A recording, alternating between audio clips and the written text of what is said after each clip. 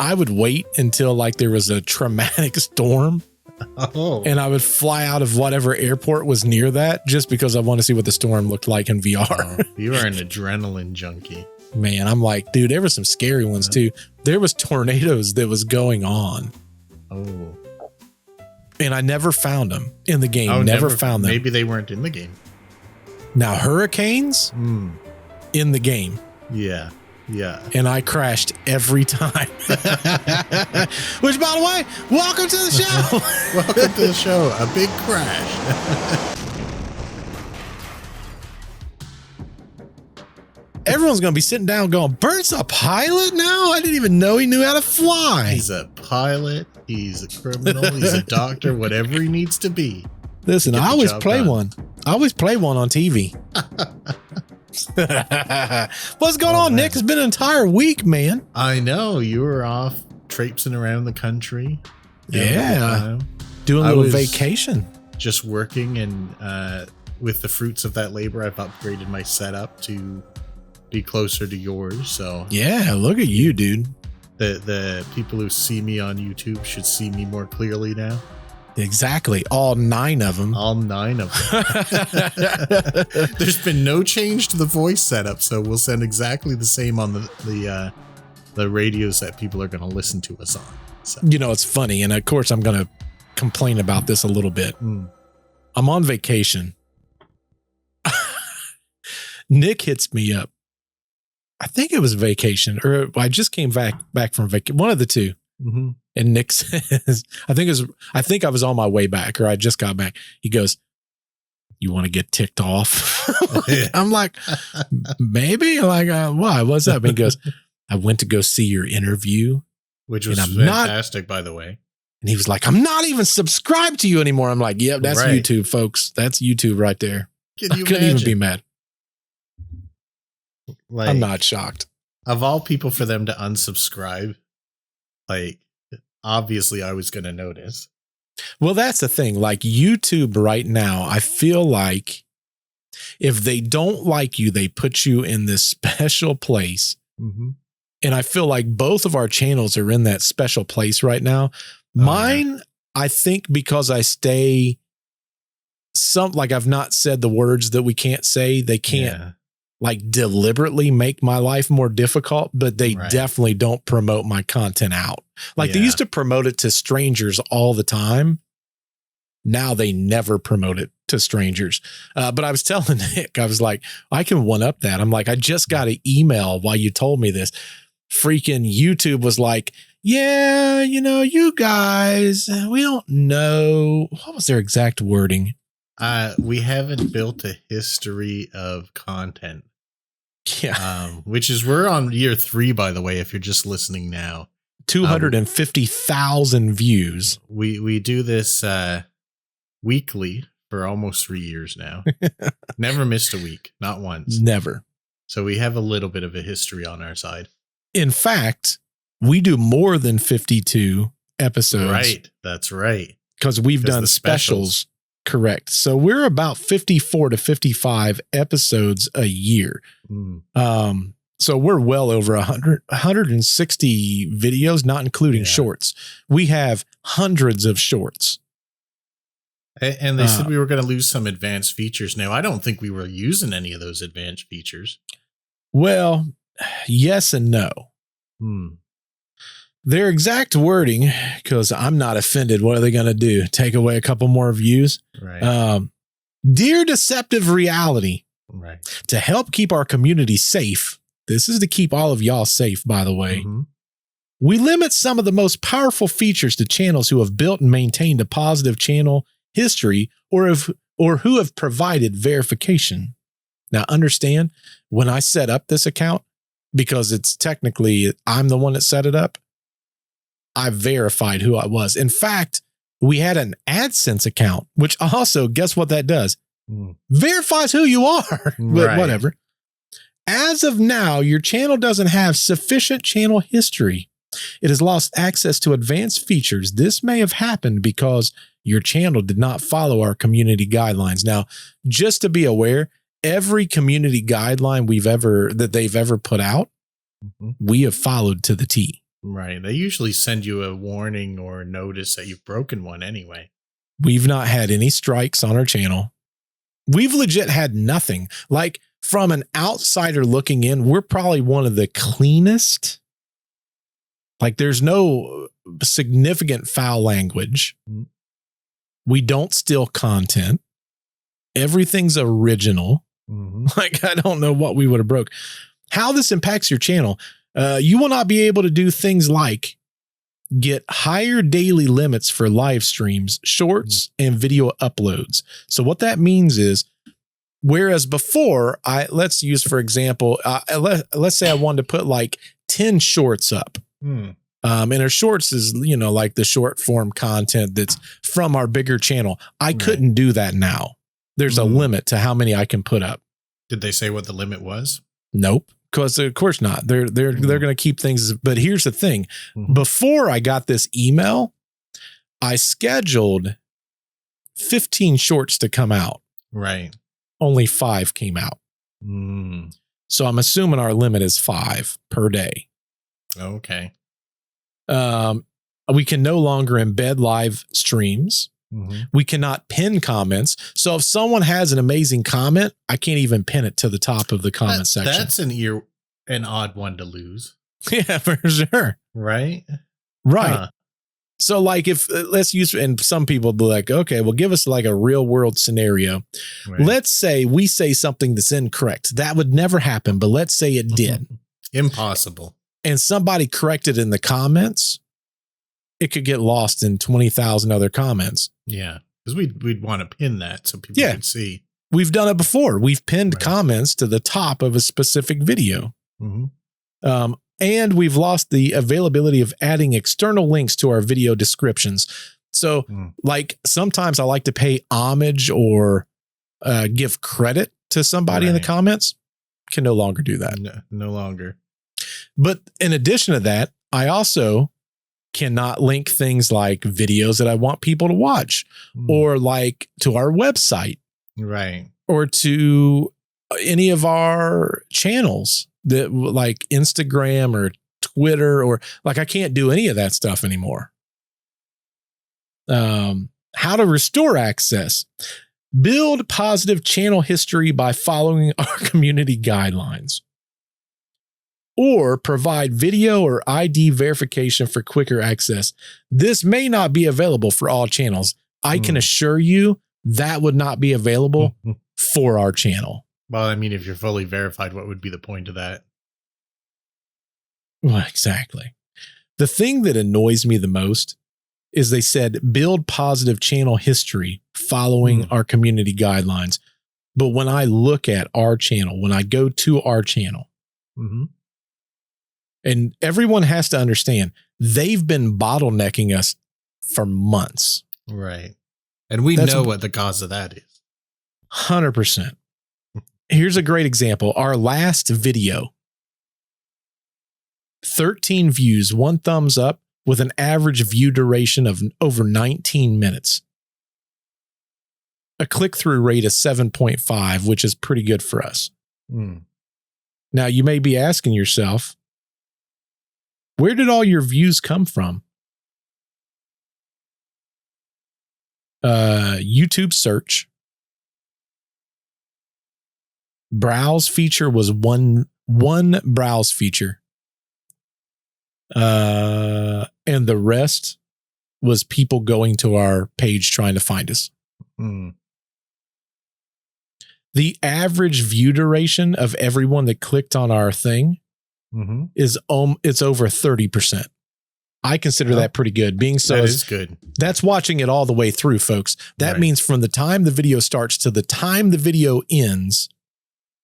And it probably hurts my channel, me complaining about this, but I don't even care anymore. I really don't care. Our audio is way better. Yeah, we're way better off on the audio. So that's what I'm saying. Our audio is on fire. Yeah, they might promote us because we're dissing their competition right now.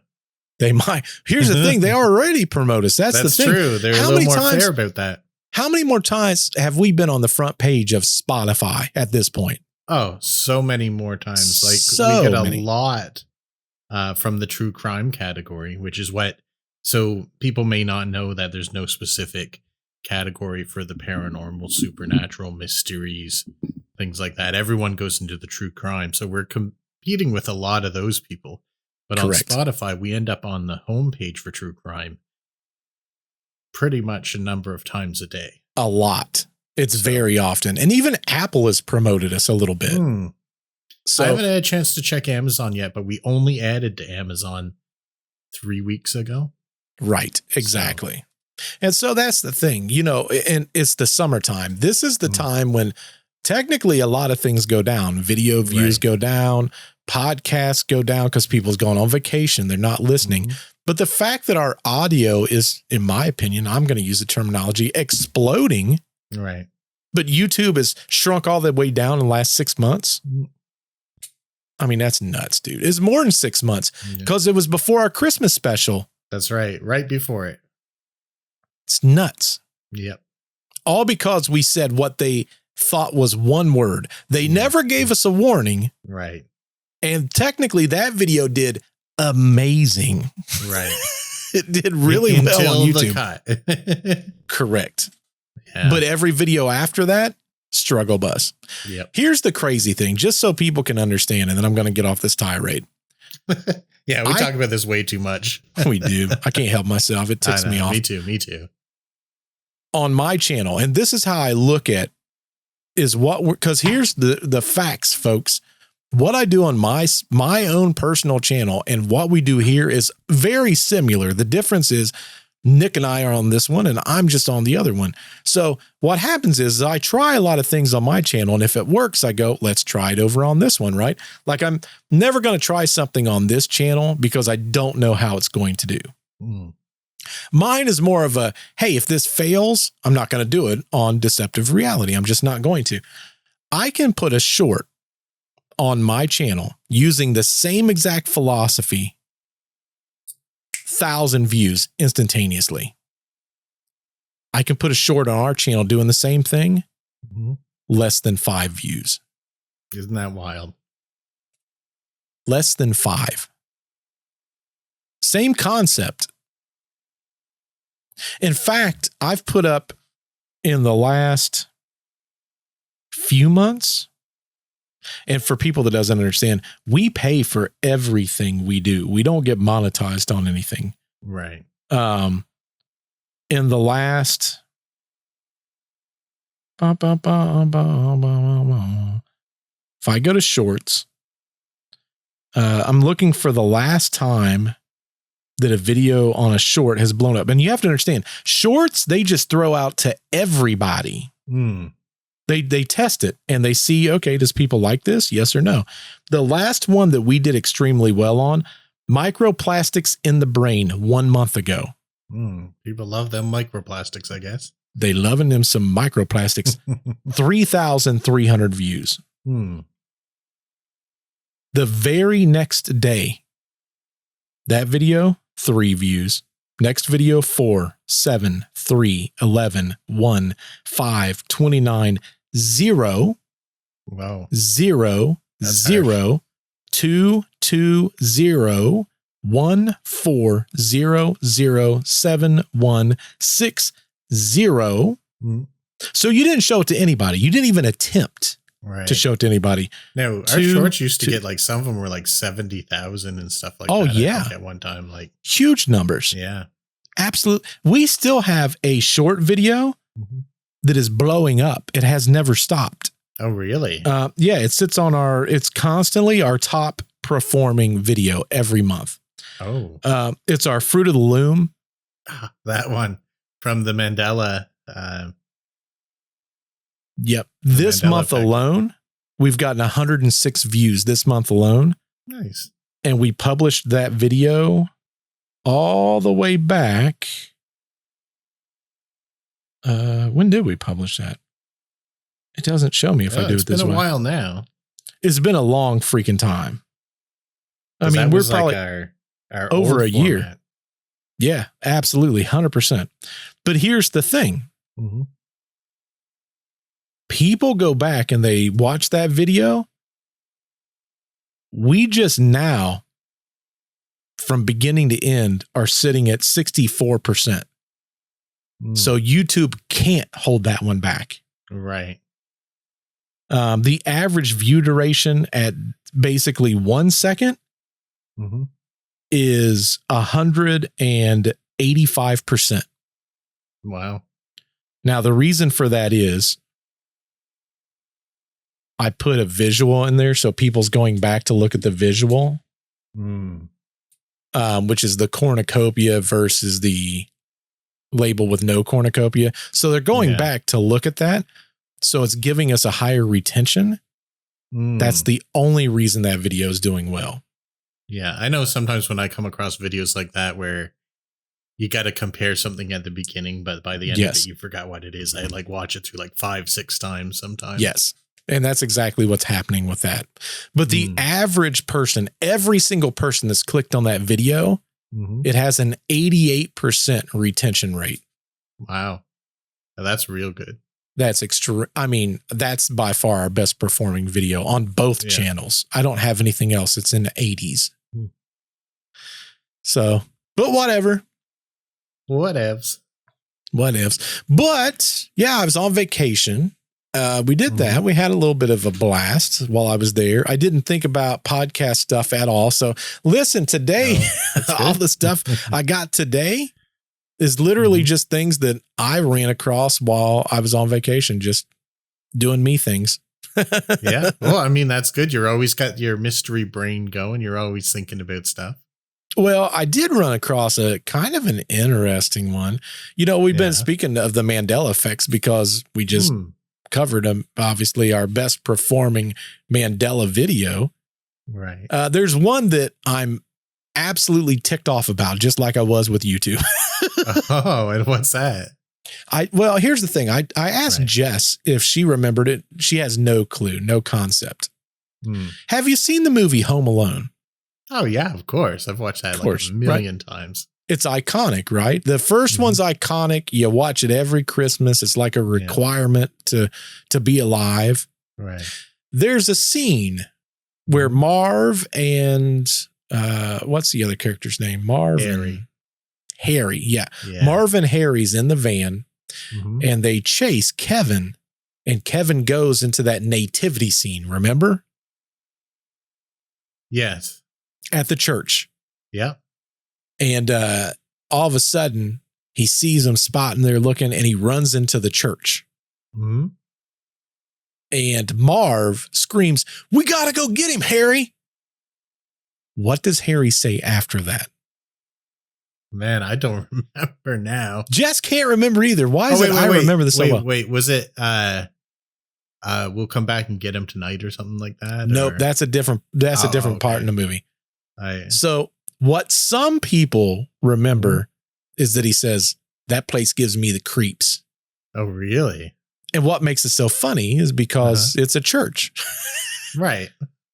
So as soon as I watched the guy that was talking about it, and he cuts it and he goes, "What's the very next line?" And he cuts it at, "We got to go get him, Harry." I'm like, that place gives me the creeps. I remember Joe Pesci looking at Marv. Yeah. And specifically saying that line. And I remember I thought it was so funny because I'm like, it's a freaking church. Why would that give you the creeps? Oh, I understand that. No, just kidding. Yeah, exactly. But was never in the movie. Right. What does he say next? Here's the thing. Right. It typically goes to the next scene. Well, that's kind of weird, I think. Isn't that? Yeah. Because I know he said something after. I just couldn't remember what it was. Well, and the other people said, because I was reading in the comments, half of the comments was what I said. That place gives me the creeps. I think the other one was what you said, which is we'll come back later at, blah, blah, blah. We'll get him later or something. Yeah. Home Alone Mandela Effect. I'm going to pull this up again because I thought it was so fascinating. Yep. Here. Oh, look at AI's on it today, boys. The Home Alone Mandela Effect typically refers to a perceived discrepancy in the movie Home Alone, specifically regarding a line of dialogue. Some viewers recall Marv saying, "That place gives me the creeps." Right. Or that's right. I'm sorry. I mixed up the names. Harry's the one that's go get him. And then he's like, that place gives me the creeps. In the scene where he and Harry are at the church, however, the line does not appear in the actual movie. This discrepancy has led some of them to believe it's just a false memory, a common phenomenon known as the Mandela Effect. Right. Let me read through this here. What is actually said? But I was telling Jess just like, I don't know. I'm like, how do you not remember this?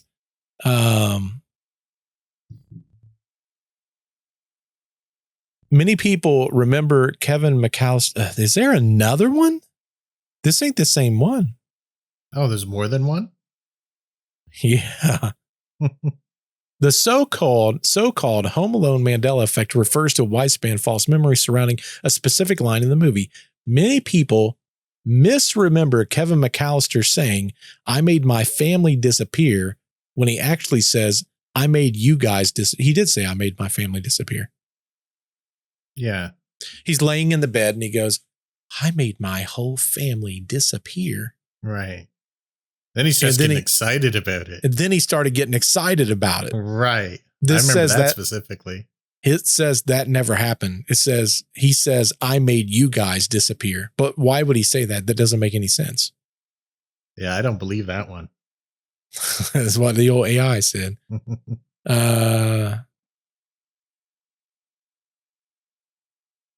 The Marv and Harry one doesn't make sense to me. Like, if the guy says, hey, we've got to go get him, and then just nothing happens. That doesn't make any sense.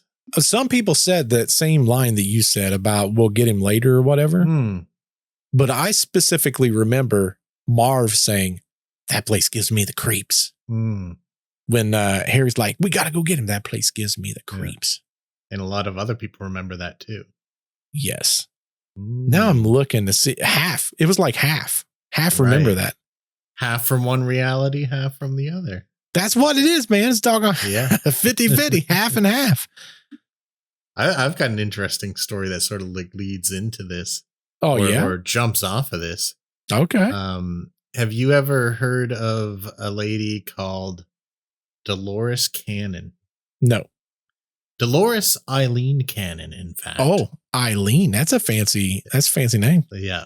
When things get serious, you give people 3 names, like serial killers and exactly. Famous Edgar Allan Poe. Right. Scary writer. So you don't know her name, but you've definitely heard of her work. Okay. Because what Doris Eileen Cannon is a hypnotherapist and one of the pioneers in past life regression. Oh, we need her. Right. So for anyone who might not be familiar, I think everyone will be at this point. Past life regression is where you can be put into a trance through hypnosis, and they can take you back and back into your past lives and stuff. Now, a lot of people are like, oh, that's nonsense and stuff, because all the stories you hear is like, I was an Egyptian prince, or, all that kind of stuff. But like most people in past lives would have been like, I was a dirt farmer who spent his entire life on a plot of land an acre wide. And, like you never hear boring stories about that. Right. Exactly. Well, she was also one of the founders of a bunch of what some people call fringe theories about aliens and interdimensional connections. There's that word again. Right. And that's what we keep coming across all the time. Well, she did come across people who were just like normal folks and like their past lives and stuff. But she did so many of these. She did like hundreds of thousands of these over time. Like that's a huge amount. Oh, huge she amount. Lived quite a long time and was doing it since I think the 30s or something. And she found that there were people who in their past lives were famous, people that we recognize today. She found there were people just living in monasteries. There were people who were selling turnips and beets on the side of a medieval road. She come across all things, but she found out something that was a little terrifying to her at first. About 10% of people have no past history whatsoever, no past lives, and exhibit what she thought was a complete emptiness. And what she ended up thinking, and this has got to do with like interdimensional stuff and also simulation theory. Oh, now we're talking. She thinks a lot of people that you meet on a daily basis, they're real people, they're out there, they're living their lives, but they're pretty much fabrications to fill in space. They're doggone NPCs. Right. They're NPCs. Like they don't have the past lives that most people have. Yeah. Like they're not rerunning through the simulation like a lot of people are. And it's a high number. And she said when you put them in hypnosis and you go into past life regression, there's just nothing. It's like they turn off. Like you can't get any information whatsoever from them. You really can't get anything about their hidden lives, even their modern hidden lives. There's really nothing for them to tell you. All that kind of stuff. They still go about their day-to-day thing. They still believe they're regular people, but she thought that they were part of a simulation and they were sort of like background characters that were to fill out an ever-increasing world.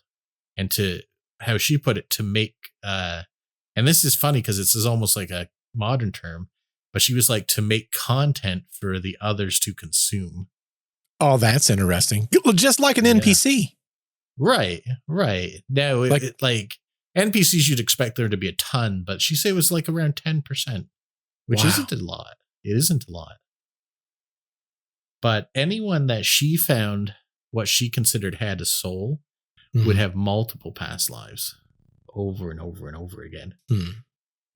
That's very Except interesting. for this 10%. Yeah. And so a lot of her work with interdimensional stuff was done through hypnosis as well, because she wasn't always doing past life regressions. And some of her theories were that something that we've covered, we covered it a little bit with Joe, I think, in Demons and other things, is that these might have been your past lives, but they could have been simultaneous for you. Oh, I see. Like everything could be everything at once, just in parallel. So she ran through a lot of different theories like that, and she was able to, if vast amounts of data are proof of anything, she collected vast amounts of data of people behaving in a certain way that was unexpected and consistently doing so. So it was really fascinating. And I can understand in a time where most people this was new and people were looking at it as your soul lasts forever backwards. If you found like 10% of people just what you felt didn't have a soul, that would be kind of scary. Oh, super scary. Right. That's nuts. So, yeah, so she was the pioneer of that. And they're still doing what she did to this day. There's even videos on YouTube. Really? Allowing you to do it to yourself. Yeah. Oh, that's scary. I'd be scared to do it and then not have any prior memories. I'd be a doggone NPC. Well, I did it once, and like always, I'm on the fence about these kind of things because I recognize in myself that I have a wild, active imagination. But I felt like it worked. But then again, interesting. I could imagine the whole thing very easily. Well, and that's what some people say when it comes to hypnosis, is that you're being led in a direction. Right. I've never been hypnotized. I've always been fascinated by the entire concept. Me too. I've love also never to been attempt. Hypnotized. See, that would be interesting to me because here's the thing. When they hypnotize you, like with your dad, right, and he stopped doing X, Y, and Z, typically they have that capability like what she's able to do, which is pulling some of those memories out of you also. Because you're opening some type of, I don't know what you're opening. You're opening something. Yeah. I fully believe this. Like when it comes to hypnosis, I definitely believe that's a thing.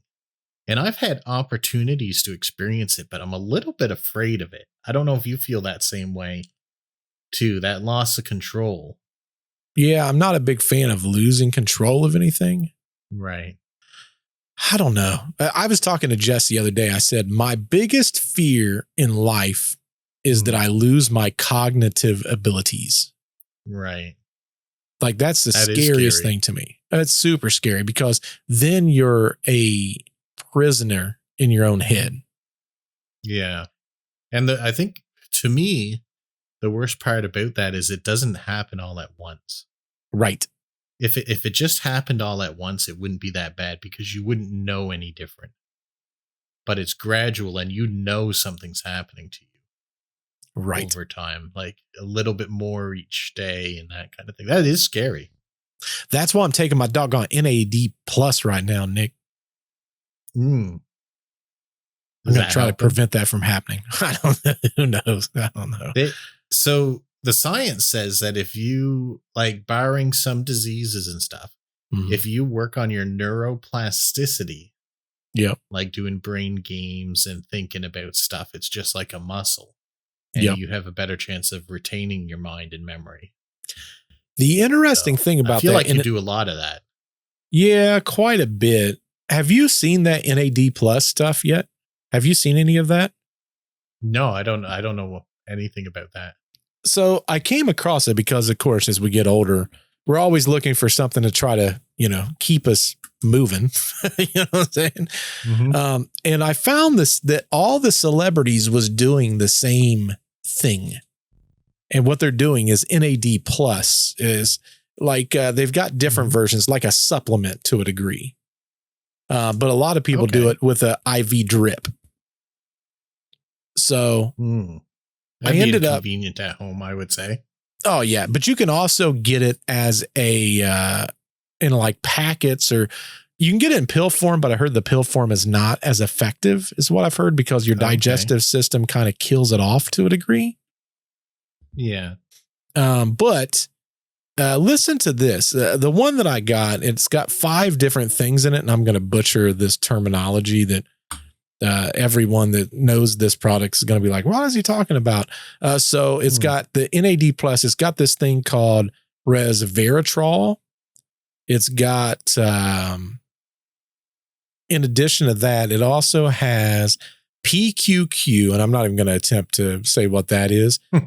Nicotinamide riboside, also known as NR. As far but as anyway, I know, you could be making up terms right now. I have no idea. I probably am. But the interesting thing about this stuff, and I think this is why celebrities use it, is they've done some surveys. I took all these surveys I found, I threw it into AI, and I said, break this down into layman's terms.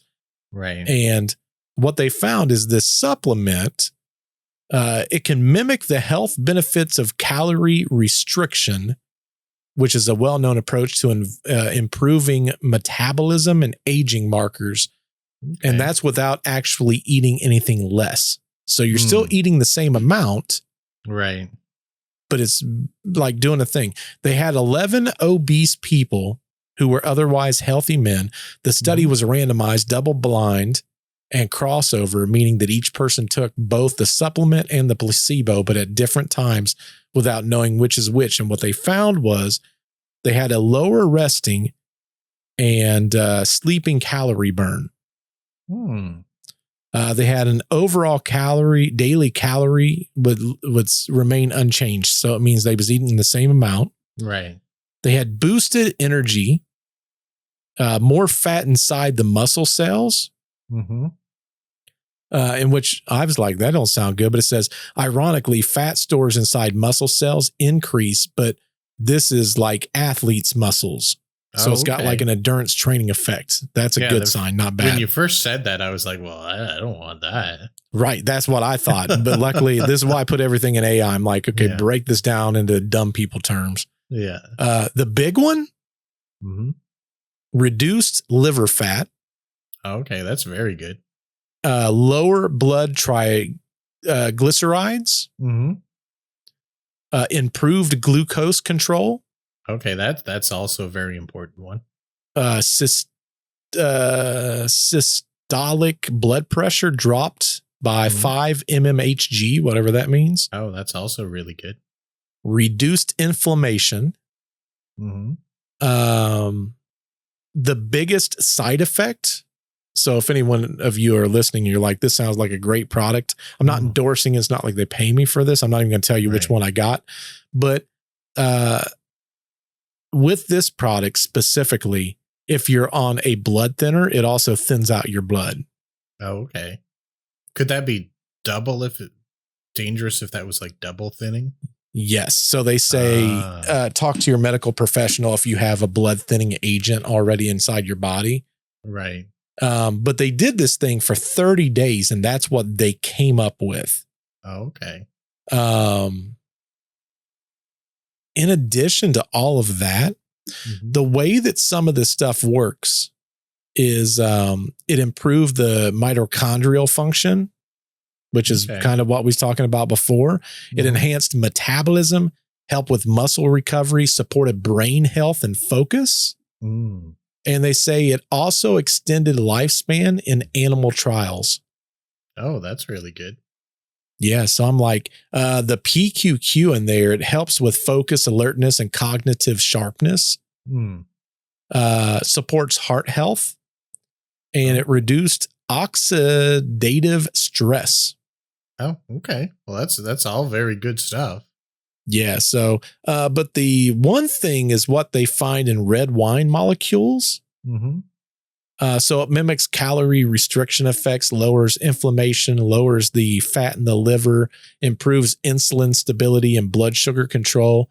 Right. And they said that it's huge. I think part of it's probably because it thins out the blood, but improve longevity and cardiovascular health. So it's kind of a big deal. I've been taking it for a little bit now, but here's the thing.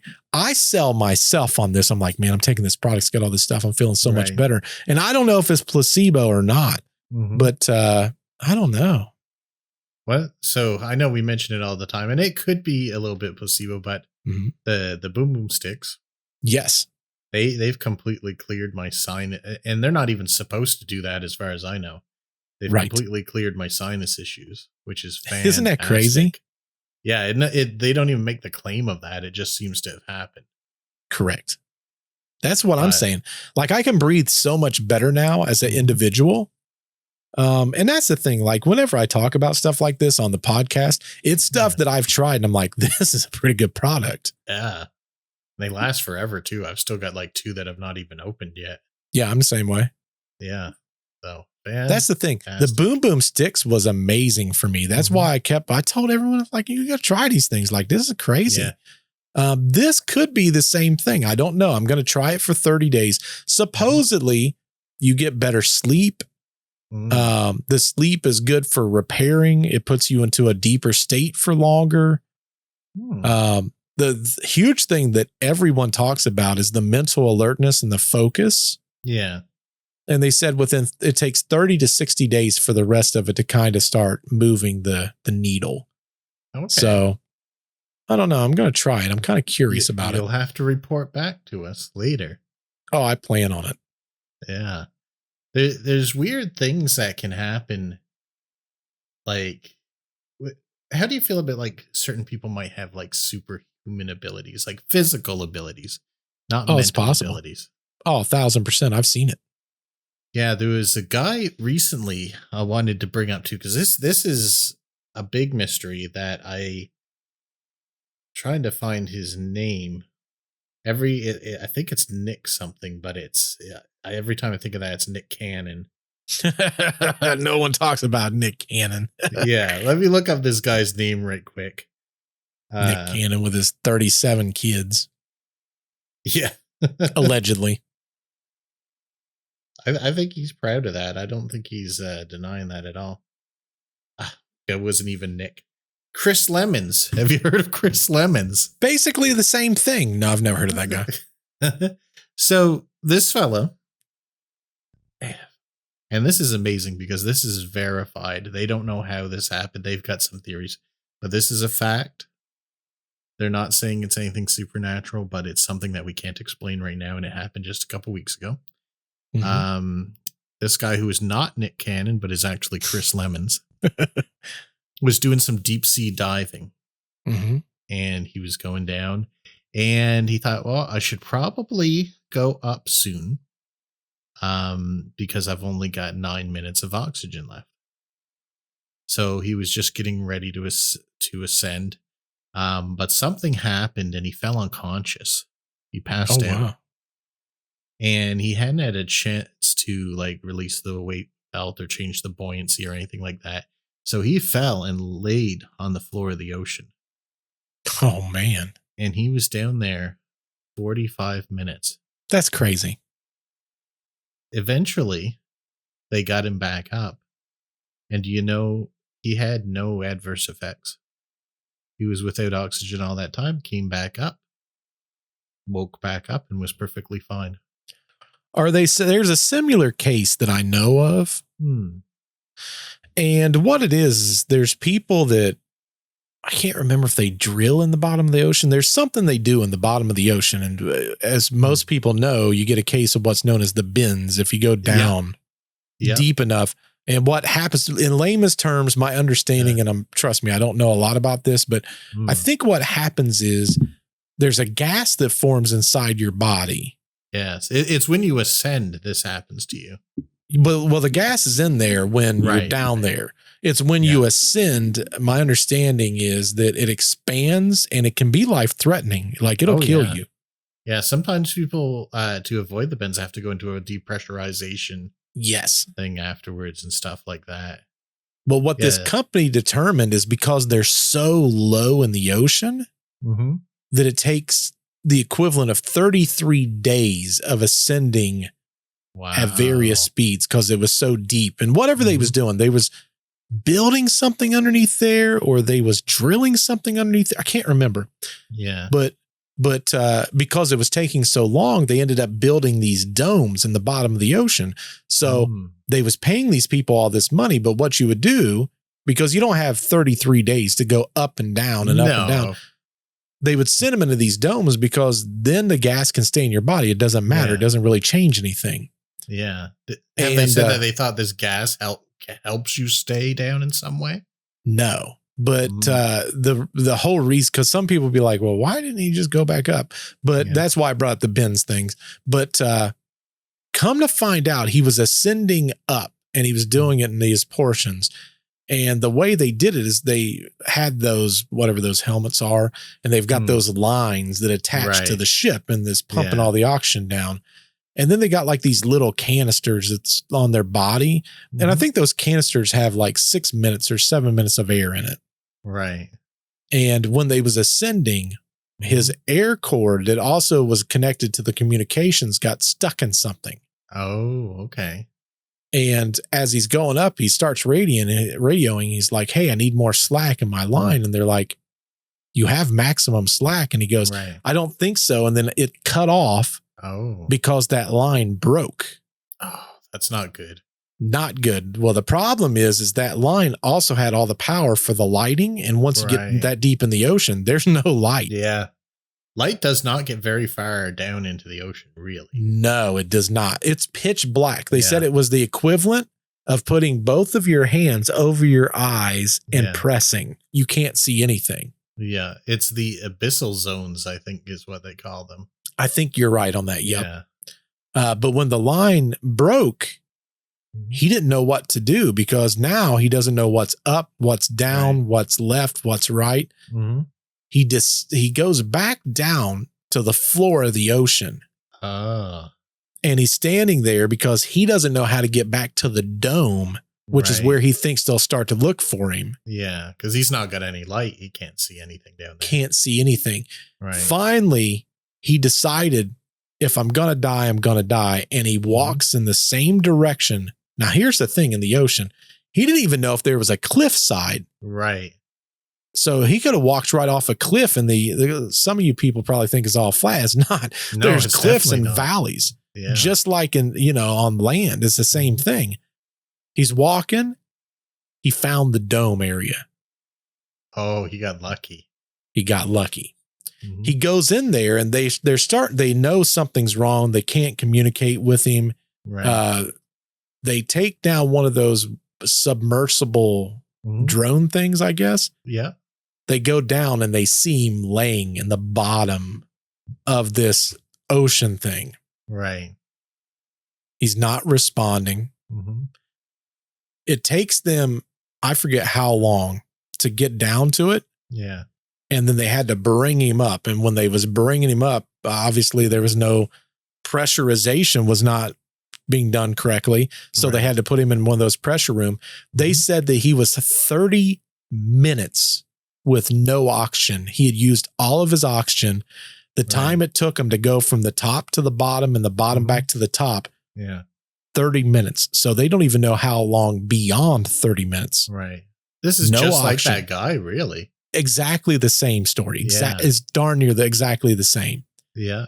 You know what they are theorizing now is that the water is so cold down there that if it touch, it's like hibernation. Right. It touches your skin and it's such a sharp distance. It turns off all unnecessary systems. Stuff in our body that we're not even aware is taking energy. Yes. Is shutting down. That's what they said with his. That's what their assumption was. The interesting thing, though, is once they got him to the top, they did mouth-to-mouth resuscitation. They didn't even know why they was doing it because they're like, he's not had oxygen for... Right. What's the point? But they're going to try. They wanted to try anyway. And after 2 breaths, he started coughing and coming back, and they said he was like he normally was. Really? No prior memory of how he got there. No prior memory of any of that stuff. But they said that it was one of the, much like your case, it was a story that should have never happened. He should have never been alive. And they don't even know how he did it. If they do bring him back, like even a few minutes often gives people like severe brain damage. Brain dead. Yeah. 100%. So this sort of got me thinking, like, what if they can locate that the reason that your system shuts down to protect you and you can come out of this after like a half hour, maybe even more, perfectly fine, is that an extreme cold temperature hits your skin. What if they could make sort of like an EpiPen that you jam it into someone and it chills them so quick that it tricks their body into going into this state? So if someone's unconscious or can't breathe and you don't want them to get brain damage, jab them with this pen and buy them like in a half hour to 45 minutes. I mean, why not? Yeah. I mean, obviously we're not doctors, but to me, if you could reproduce that circumstance, you know, maybe that could save some people's life or at least quality of life. Well, that's the thing. I don't think we understand fully what's happening. Right. I think that we have a preconceived idea that science has all the answers on everything.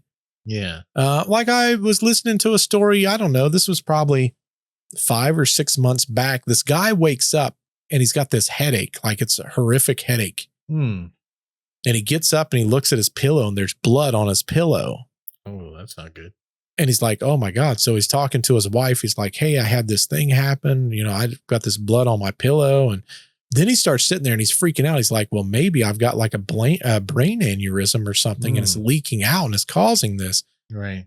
So he's talking to her and he's like, hey, he's like, I think I need to go to the hospital and get this figured out. So they get to the hospital and the doctors are looking at him and they don't see any reason that there should be any of these things happening. They're super confused. They're like, you know, the only other thing we can think is just to x-ray your head and see if we can try to figure out what's going on. Like, we don't think it's an aneurysm or anything like that. There'd be different symptoms. You are not giving any of those. They x-ray him. He was shot with a .22 caliber bullet. Really? Yeah. In his sleep or some other time? So it's funny because they started going, they went to the police went to the house now that they knew he was shot and they was trying to figure out where did this mystery bullet come from? They can't find any entries into the house that would have caused it at that angle. Right.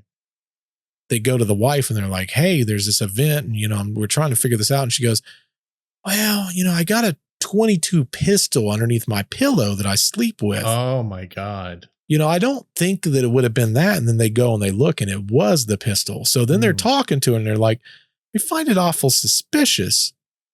Come to find out she admitted that she had tried to off him in his sleep. Oh, really? but it didn't work. He ended up waking up just thinking it was a headache. Hmm. And then she went and hid the gun real quick. But she ended up doing like a year in jail. I'm like, she tried to kill someone. You give her very a much year? at all. I said, I'm like, that's like, imagine that guy waking up. And he said he should have pieced it together. He said, because she's like, oh, I got to get dressed to go to the hospital. And he was like, it was taking a really long time. Right. Then they're driving to the hospital and he said she was going so slow and he'd tell her to hurry up and she said she wouldn't hurry up. Yeah. And kind of find out the reason she tried to off him was because they had multiple businesses, and one of the businesses she failed. It was a bleeding money, literally. Right. And she didn't want him to know. So that was her solution. That's one way, I guess. But the way she hit his ear just perfectly to where it looked like it was just the opening of his ear. Yeah. It's funny. That reminds me of a video I watched. I like to watch those crime interrogations sometimes. Oh, yeah, me too. And what had happened is there was this very small apartment. It was a 1-bedroom apartment. Like the kitchen is pretty much in the living room, that kind of thing. And there's a disturbance there. Mm-hmm. And the police come there and they walk in and they find the boyfriend asleep on the couch. Mm-hmm. And they keep going and they find out the girlfriend's deceased. I think I know this one that you're talking about. I think you do. It's pretty famous one. Yeah. Well, they wake him up and take him down and they interrogate him for 7 hours. And the whole time he's like, I can't remember. I was asleep, all this kind of stuff. And they're like, dude, there's no way you slept through this. They were fighting all around you in the room and everything. There's blood on the floor right around the couch. You've got scratched up knuckles and stuff like that. All these kind of things. And they're grilling him like it looks like an open and shut case. Because of course, like you look like you've been in a fight. Right. You're laying on the couch. No one else is there. There was no forced entry that they could tell. Right. And she's perished. Right. So this guy's just like, oh man, and they like I said, it's like 6 or 7 hours. And he can't remember anything and he's tired and he's complaining about a headache. And they take a closer look at him. And right in the corner of his eye, he had been shot. And it went right through his head. And he had been in terrible mortal danger this whole time. And apparently what turned out happened is they were both sleeping in the bed. They heard a knock on the door. She went to answer it. They pushed their way in. That's why there was no forced entry into the apartment.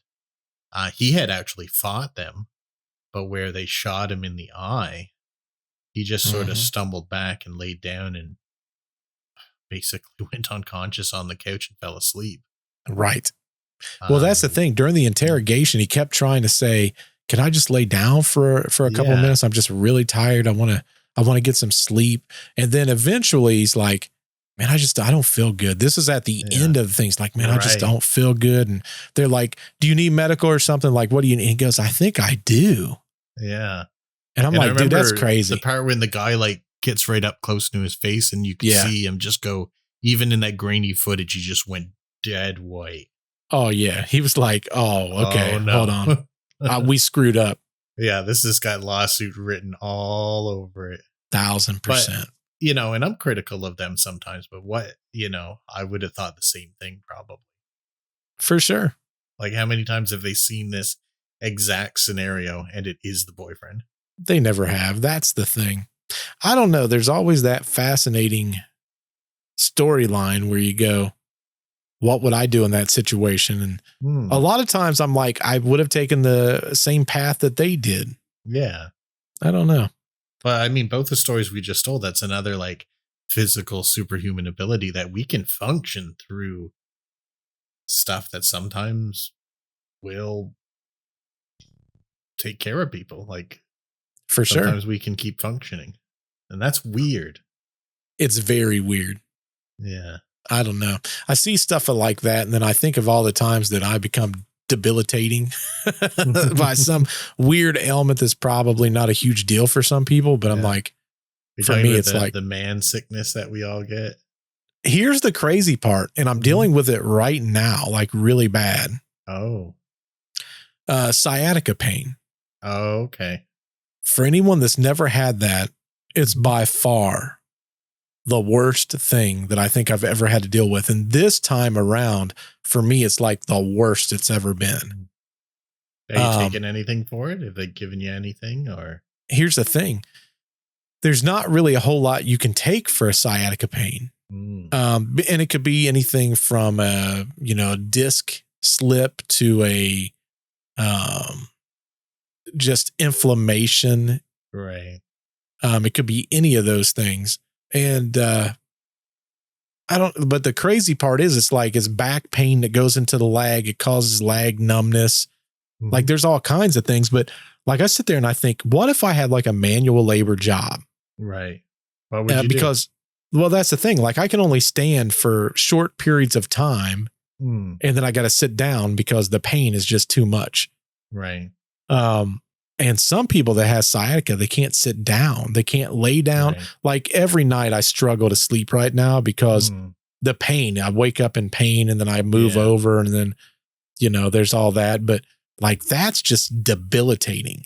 Some people says that it's so bad. It should be like considered a debilitating disease that you can get stuff for. And I'm like, here's the thing. Some people are so young, but they have like a slip disc.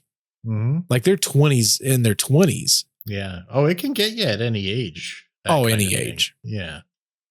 So yeah, I'm dealing with that now. I'm trying everything I can because we got that thing coming up in September. And I'm like, I want to be able to move around and do all the things. To wheel you in a wheelchair? You might have to. Luckily, we're going to Wildwood Sanitarium. I think there's a wheelchair there. I hope there's an elevator because there's multiple floors there. I'm going to have to get one of them stools. And just sit during the entire investigation. There's these pants you can get that let you sit. That has the leg things? Yeah. I've seen those. One of those. It's nuts. A lot of people take those to like different events and stuff. And I'm like, I don't know why y'all would trust that. That seems a little iffy to me. I guarantee if you do fall backwards while you're wearing that, you ain't getting up again. Oh, you're not getting up. There ain't no way. It's nuts. So I got an interesting story. It kind of takes us a little bit off the beaten path here. That's okay. We just like stories. But I want to get your opinion on something. I've got two stories I'm going to combine into one. Oh, that's interesting. They must be somewhat related to each other then. They are related. Okay. Somewhat. So I'm working on the podcast for my channel that'll come out not this Friday, but the following Friday. And it's one of those that I was like, there's nothing to this. Like, it's a fun story, blah, blah, blah. But then I started doing the research on it and I'm like, there's a little bit more than meets the eye here. But it's a story on the Frogman of Ohio. Oh, yes. You had mentioned this to me before, not on the air, but afterwards. Yeah. Yes. And long and short of it is, in Loveland, Ohio, there are these cryptid cases. And it's fascinating to me because I won't give it all away, but it all started April of 1955. That's been a while now. Quite a long time ago. And what it is there was this traveling door-to-door salesman. He's driving down Route 42 and he's selling cookware. He's been on the road. He was 15 hours going door to door. He's exhausted and tired. He's going right beside the Little Miami River, the way the road sits. Right. And as he's going, he's coming up to this bridge. And as he gets closer to the bridge, he sees these three different, I'm going to call them entities. As his headlight goes across him, he sees they've got a slick body. And they turn around and he kind of freaks out. They don't freak out. He freaks out. And he says one of the three holds up almost like this metal rod. And And then it starts shooting off these different flares. What? Okay. That's and weird. he freaks out. He floors it and he goes across. He ends up going to this hotel. It was the Riverview Motel. It's technically a motel. Mm-hmm. And he's talking to the clerk about the entire thing. The clerk ends up telling a reporter for the Cincinnati Post, and they run the story. And that's where the first noted case was, right? Okay. So 1955. Mm-hmm. In 1963, there's a gambler. He's gambling. He gets 2 mortgage payments down and loses. So he's in dire straits. Right. He ends up driving back. He's tired. He's exhausted. He's ticked off. And all of a sudden, he sees something out the corner of his eye and bam, his car hits it. Oh, he actually hit this thing. Hit this thing. He freaking stops the car, gets out.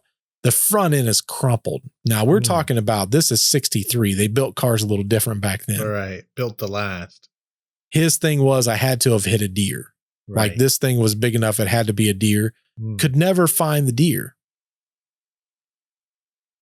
So he's looking around, and out the corner of his eye, he sees this something, and he looks over, and it's what he hit. And it wasn't on 4 legs, it was on 2. Oh. And it fit the description of what the last guy saw was this. It looked like a 4 to 5 foot tall frog. And he ends up calling the police. The deputies come out, and in the police report, it said vehicle strike, animal unknown. Right. They wouldn't admit to what it was. Yeah, it's hard to get a cop to put that on paper, I'll bet. Kind of hard. Yeah. But it's easy to get a police report with it when the next sighting is with a police officer. Oh, wow. I'm surprised we're hearing about this at all. Yeah. Correct. 100%. March 3rd of 1972. Whenever it's a police report, you get a lot more information. Yeah.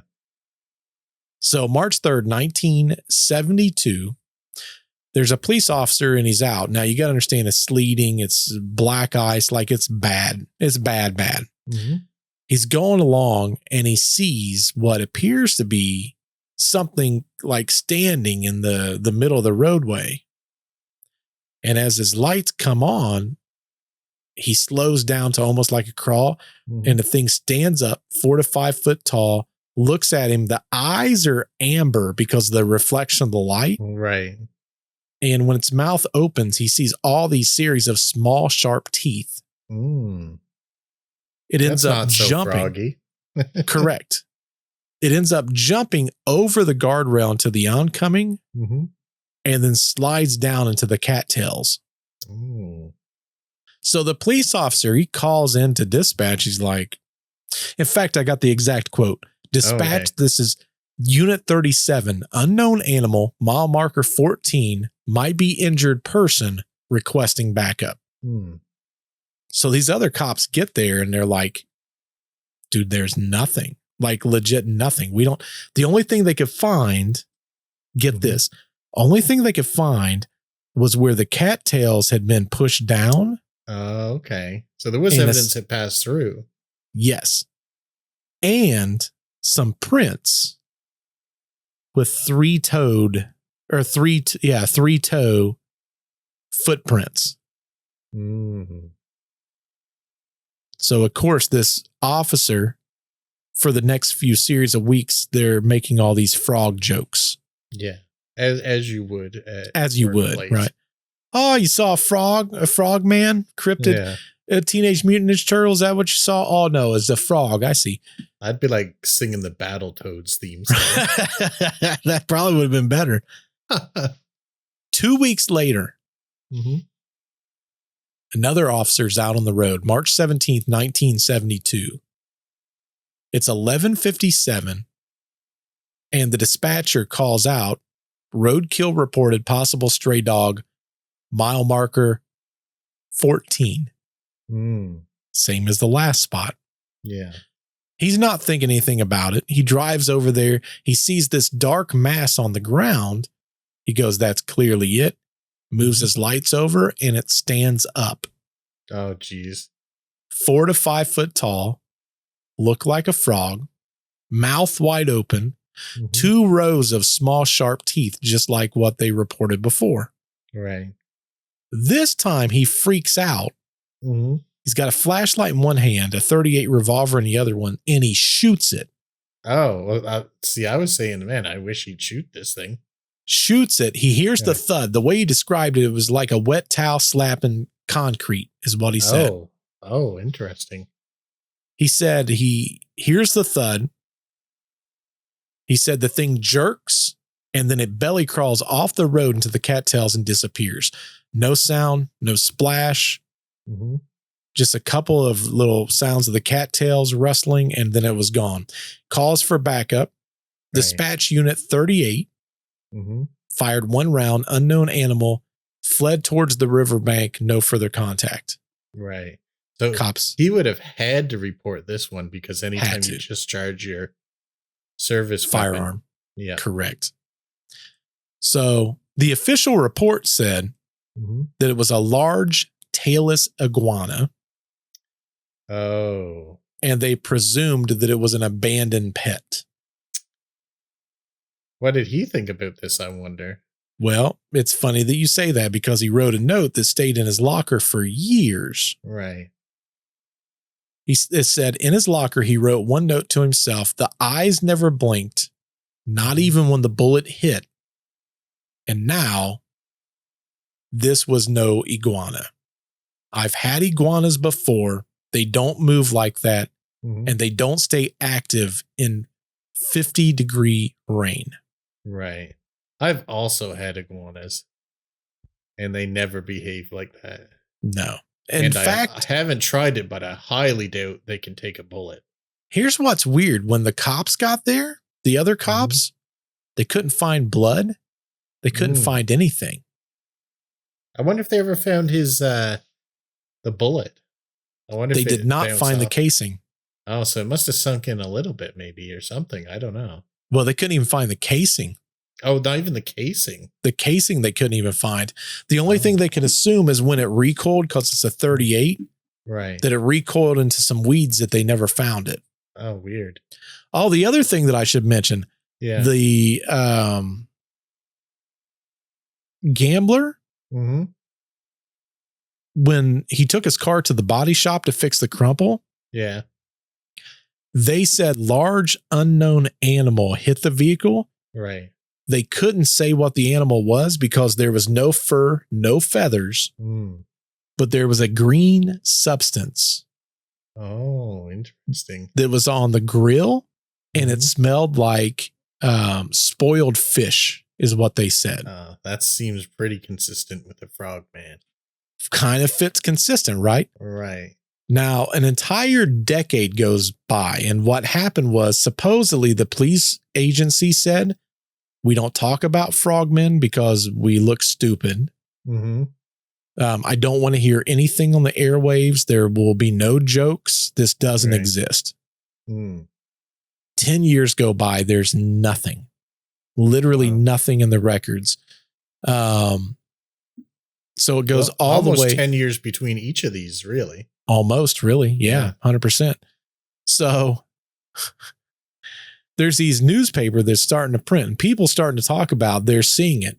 And there's these disposable cameras and these kids are going out and getting pictures and they're saying, oh, they're all fake. And, you know, it's just kids being kids. And, you know, they're picking up on this old story. But there was a series of pictures that came out that they tried to accuse it of being the Frogman. Oh, really? But they never truly kind of allowed it. But then this is why I wanted to bring up this story to you. In 2016, and I'm going to read you exactly what I wrote for this segment. I'm not going to leave any tension out. August 3rd, 2016, it's 11:17 at night. College student Sam Jacobs and his girlfriend Megan are walking the gravel edge of Lake Isabella, phone flashlight bouncing with every step. Pokemon Go had just dropped its summer spawn list. Mm. The app's telling them that there's a rare Poliwag and it's somewhere in the reeds. How ironic this is going to be. How ironic. Sam swings the light over the water, and that's when he sees it. 2 glowing orange spots that look like eyes floating just above the surface. Mm-hmm. Then they blink and rise up to about shoulder height. 4 or 5 feet, like the other thing said, probably. Right. Yeah. Sam whispers, "Did you see that?" and hits record. Oh. Because it's Pokemon Go. Right. The 6-second clip he captured is shaky, but it's clear enough for a frog-shaped torso chest high in the lake, standing upright in waist-deep water. Wow. The arms look long like human arms. The skin has a glassy green shine to it. It turns, the eyes flare bright orange, and then it drops straight down fast like something getting yanked underwater. Sam posted under the caption, IRL Polytoad. Have you got this video? I found a couple of videos I've not confirmed because here's the thing. It happened so long ago. I don't know what was faked and what's not. I found a video that does look like this, but what they're saying is that he took a outside decoration, created this thing, and that it's completely fake. No, I mean, it could be. Could be. Not saying that it's real, not saying that it's fake. Yeah. But I find it very odd that we have all these different reports almost seeing the same thing. 2 of them being police reports. Right. And it takes me back to this entire cryptid conversation. When it comes to cryptids, Nick, is there any stories like this that makes you pause and go, I think this is legit? You know, we've talked about a lot of them too. The Loch Ness Monster. Right. The Mothman comes to mind. I do. The Mothman. I have been under the impression that there's something there going on. Yep. So I'm a Mothman believer. Yep. Other cryptids, I think I've talked about it before, but I've seen some kind of cryptid personally, and my friends have as well. So, I mean, a cryptid's just an animal that we've not discovered yet. So, correct. I believe in a lot of them. The one we struggle with the most is Mr. Big Feet. Yeah. Yeah. I wonder why that is, because you would think that would be the easiest one to accept. Well, this is the thing. On Friday night, I went out to hang out with Dad, and we sometimes have conversations about this stuff. And like I said before, he believes in a few things. He doesn't believe in ghosts at all, although he's kind of coming around to that a little bit. But we got on the topic, and he said, "You know what I find silly?" And I'm like, "What?" "Bigfoot." And I'm like, "Oh, I also think it's a little bit silly." And he's like, "In all these years and as many tens of thousands of trail cams we've got out there now, everyone's got them everywhere. You think we'd catch one decent glimpse? Because when you get trail cam photos, they're perfect day or night. Yep. But in the any time you get a Bigfoot on a trail cam, everything's blurred right to hell." And he said, "You'd think we'd find a body, a bone." He told me a story that supposedly they have the toe of a Bigfoot somewhere. But he doesn't believe in, I don't believe in that either. So here's the fascinating part, going back along the lines of cryptids and Bigfoot. Yeah. So I'm talking to a buddy of mine, Jeremy, if you're watching this. We're having a conversation about all the different things that I believe. And I kind of make a joke. I'm like, I believe just about everything but the Bigfoot. And he goes, "What?" And I said, that one's a little far-fetched. And he takes it serious, it sounds. He saw one. Oh, he saw one. He has seen a Bigfoot in Kentucky. Really? And this guy believes in Bigfoot, but does not believe in UFOs at all. Oh, this is like the opposite of my dad. It's the opposite of like your dad. So we start talking. And I'm like, okay, man, hey, listen, hey, we all believe something, and it's fine. You know, if you believe Bigfoot, yada, yada, hey, totally about it. And he said, yeah, he's like, you know, I've watched a few of the podcasts and stuff like that. He goes, you know, some of the stuff you guys talk about, you know, it's a little out there. He goes, but Bigfoot I've seen with my own eyes. He's like, I know that it exists because I've seen it. And I'm like, yeah, man, that's cool. So, you know, we kind of have some banter going back for a few, you know, different days back and forth. And his joke is always, you know, hey, you see any aliens today or blah, blah, blah. And I'm like, you know, maybe, you know, have you seen any Bigfoots today? You know? And he told me, he got me hip to this show. Okay. It's called Expedition Bigfoot. I don't know if you've watched any of those. I've heard of this before. So it's like, you got to watch this show, dude. You got to watch this show. And I'm like, okay, yeah, no, I'll watch it. I'll watch it eventually. And to be fair, a lot of times I'm so freaking busy, I don't have time to watch anything. Yeah. You know, I'm either mastering audio or editing a video or creating podcasts or doing research for a podcast episode or sleeping. I do have a daytime job. I've got everything going on. Got to do that now and then, I guess. Exactly. So I told him, I'm like, listen, I'm going to go on vacation. When I go on vacation, I'll watch maybe a couple seasons. I'll binge a couple seasons. Right. So we drive out on Saturday morning and then we get there. And I think Saturday night when I got there, I think I watched one episode, season 1, episode 1. And I'm like, oh boy, I really set myself up for the woo-woos on this one because there's a guy on there that's annoying. Oh, really? Like I could deal with the guy, but like everything was Bigfoot and it was starting to frustrate me a little bit, right? It's like the person that would bring me a photo and say, hey, this orb right here, that's a ghost. I knew you were going to say orb. I knew because it's the same philosophy. It's like, it's a freaking bug. That's a bug. That's not a dust orb. Mite. Dust mite. It's something. Yeah. Right. Yeah. Anyway, I'm like, I don't want to go on and tell him I watched something that I've not watched. Like, I'm not going to lie to someone. Like if I'm just flat out not interested, I'm going to be like, dude, I just got to watch it. Like it's too out there for me. But I'm like, you know what? I'm going to at least give season 1 a chance. And there's only 8 episodes. They're like 40 some minutes a pop. I mean, you can commit to that. Yeah. I mean, 40 minutes a pop, binge 8 of them, whatever. There's 6 seasons, I think. Right. And as I'm watching, the guy ends up not making it on the episode. He ends up having these panic attacks. Okay.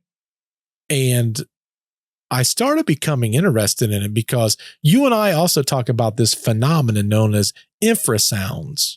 Yeah.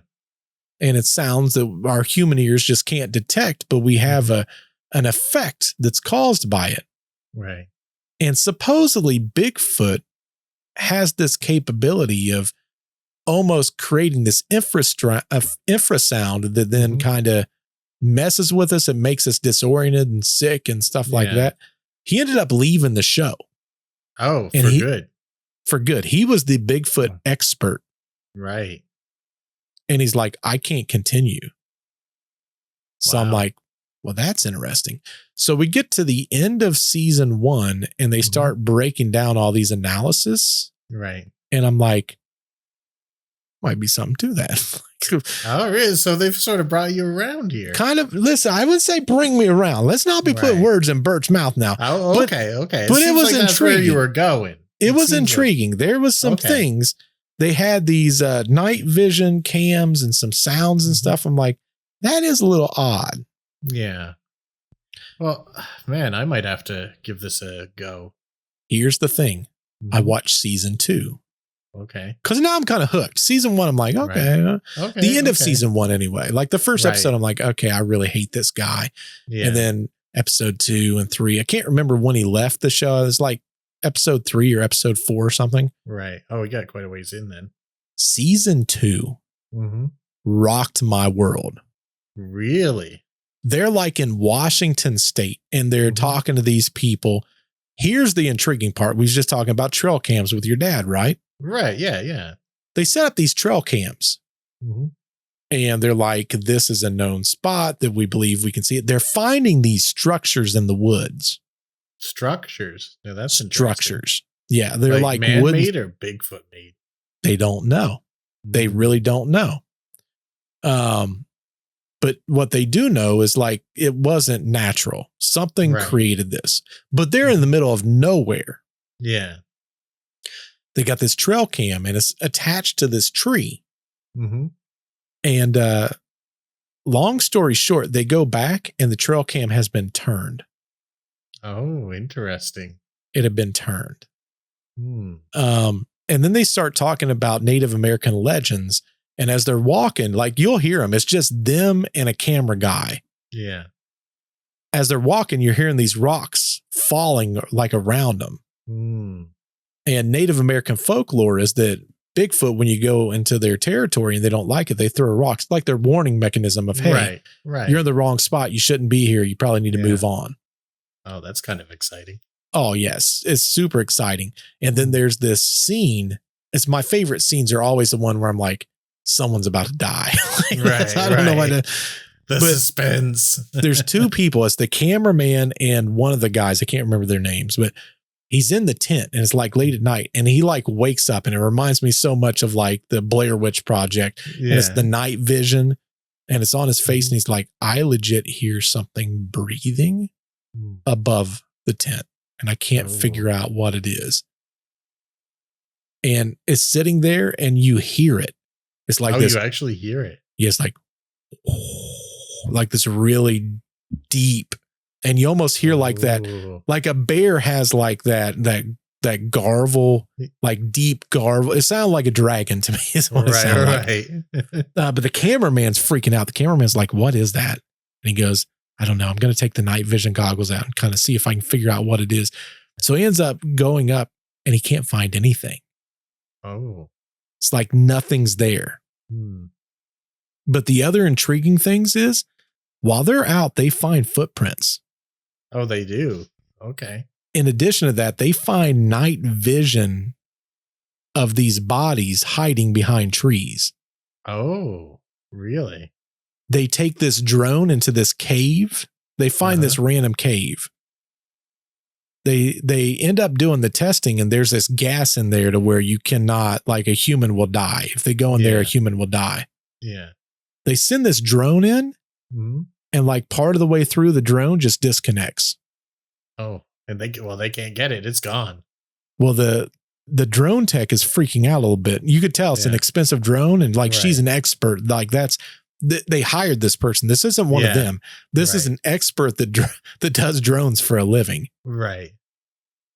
She's like, I've never had that happen ever. I don't know what would cause that.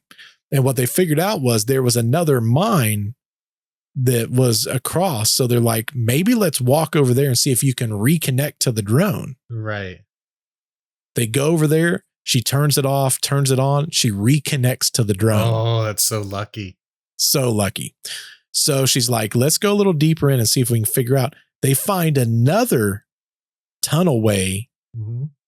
And when they're looking at this tunnel way, they're like, this isn't even on a map. Like, we don't even know what this tunnel is. Right. They start going down and the drone starts disconnecting. She's like, I can't take this risk anymore. So she pulls it back and she flies it out the other side. Right. So she's putting the drone away and she's like, I found these hairs on this thing. So now they're pulling the hairs out of this drone where it had landed. Right. And it sucked up some of the hairs inside this drone. The hairs were from a human. From a human? But there's no way a human could have been in there because of the gas. Oh, yeah. But these things are our ancestors. So that's one of the theories is that possibly it's like the DNA is maybe so close to ours. Right. That perhaps we just haven't sequenced anything that's so significantly different, but to us, it looks the same. Yeah. Oh, now this is interesting. You're really selling this show.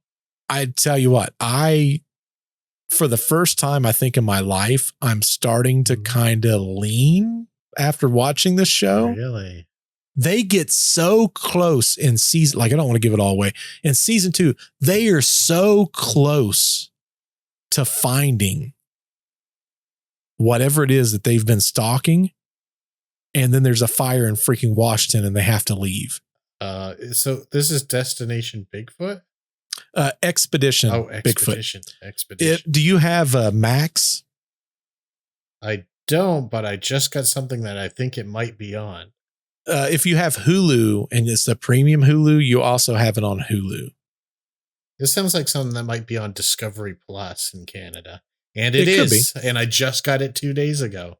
Yeah. This was fate. You have to watch. I'm going to give it a go.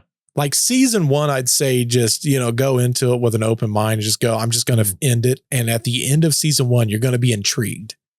Oh, and then by season 2, you get wrapped. I'm telling you, I got wrapped. I'm on season 3, I think episode 3 now. Cause of course I came back and reality stuck me back in. I'm like, all right, I got to do all these things, but I don't know. My buddy Jeremy's kind of got me on the fence now a little bit. He's like got you in the Bigfoot cult now. He kind of does. And here's the thing. He's like, if you guys ever do an episode on Bigfoot, I'll come on and I'll tell you my story. You know what? I'm going to watch this thing. Mm-hmm. And if I get as excited about it as you do, let's bring him on. Why not? Yeah. I mean, it can't hurt. Yeah. I think it'd be interesting to hear someone's, because I'll be honest with everyone, of all the things we tell, like we tell stories here that I don't necessarily subscribe to. Yeah. Even ones we tell ourselves, I don't believe them all, No, I mean, there's some of them's just ridiculous, but they're fun stories. Right. And like I tell on my podcast all the time, listen, I tell the story and I leave the decision up to you, whether it's true or false. I'm going to give you all the information and let you decide if it's real or not. That's right. And he will tell you hands down, there's definitely a Bigfoot. He's seen it. He knows what it looks like. And I don't know. I'm intrigued by it now. After that's the show, he said, that's the only show that I've ever watched that I can sit back and go, what they've explained is what I've seen. He goes, the other shows, I'm not. He said, I'm a skeptic like everyone else. In fact, I used to make fun of people talking about Bigfoot until I saw one myself. You know what the funny thing is? What's that? Is if we got really into Bigfoot, that's a way cheaper thing to investigate. It really is. It really is, man. We could go into the woods anytime. Yeah, freaking ghosts are expensive, man. Yeah, they're spoiled, rotten brats living in houses. It's funny because I was telling Nick before I went on vacation, I'm like, I think I've got almost everything for our investigation now. But then while I was on investigation, I'm like, man, I really kind of want this other thing now. So there's like 3 more things that I want to get now before we go on these haunted tours. Investigating is just an extension of filmmaking, and there's never enough gear. There's never enough gear. Never enough. And the crazy thing is when we deal with investigations, at least when it's paranormal, it's such a fringe topic. Yeah. And nobody knows. Like, even when I talk to Chris McKinnell, he's like, I'm fascinated to know what you get using some of that older technology, because no one's really doing that right now. And I'm like, I don't know either. I'm curious. Maybe Bigfoot can only be captured on older equipment. Maybe there's a spiritual element to Bigfoot that trail cams can't pick up, because 100% of trail cams are digital. Maybe. Well, here's the weird thing. When that trail cam turned, there was something hairy that turned it. There was another trail cam that they set up on this log that was in the water. It was moved later in the show too. Interesting. But they could never figure out why. They're clearing their path. Here's the thing. There's a reason. There's a reason to it. What that reason is, I don't know. It turned me from there ain't no way that this thing's real to now going, maybe this thing is real. Maybe it's real. Know. Maybe it's real. Maybe. Well, Nick's about that time. You want to open some stuff up? I was hoping you wouldn't forget. I wasn't forgetting. I've waited 2 weeks for this. I would never. I'm going to let you go first, but I want you to make a decision first. Oh. I have 3 Stranger Things pouches Ooh. from Pop. Do you want 1, 2, or 3? I want 3. I got 3? a good feeling about 3. All right. You go first. So I got my Stranger Things card still. I'm looking for this autograph. Today. We're matching. That's today. right. We are matching. I feel like this one's got an autograph, Nick. I know I say that every single week, but I feel like this week, this one is definitely, there's going to be an autograph in it. First one, Vecna's Curse. Oh, that's a decent one. Kind of a dark scene, kind of hard to see. Yeah. Next one, Nancy. We haven't seen Nancy yet. We like Nancy. Nancy's cool because she's also in, oh my God. Oh, that's kind of sick. I lost my entire train of thought when I saw this. Nancy's in Dead by Daylight. That's right. We used to play. So this is freaking so cool. We get a good one this time. It is one of those cards where depending on which way you turn it, and it's Nancy Wheeler again. Man, let me see if I can get it to where that light's not.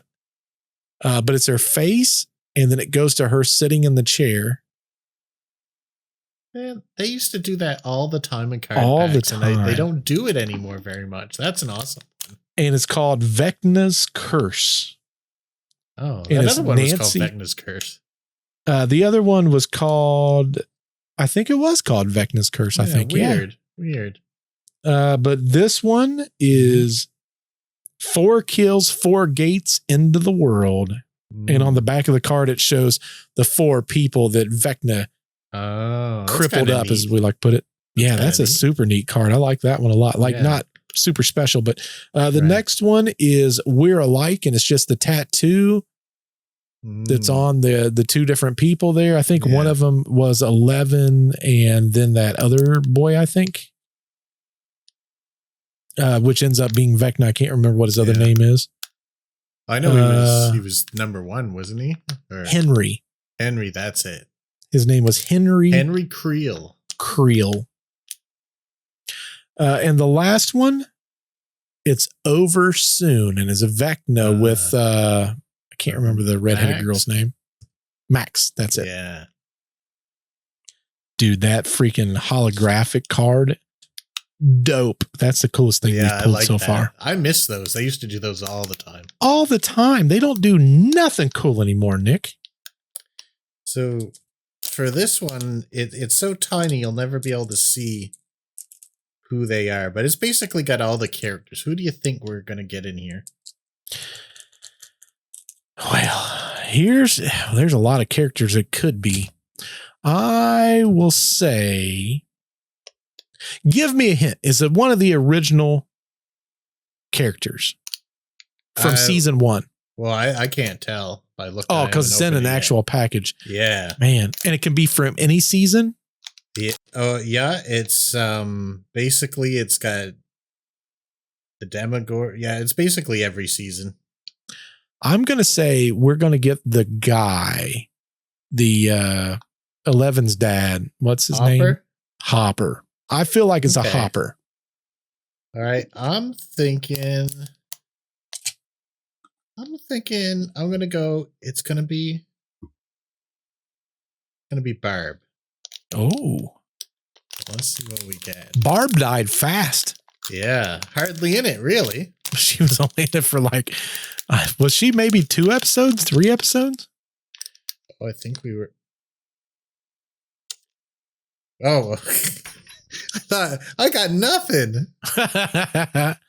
What? But it's Joyce is what it is. But so these are kind of neat. I don't know if you've ever seen these before. They're miniature, tiny pop with the box. Oh, yeah. So that's what I was telling you Jess got with Stranger Things. Oh.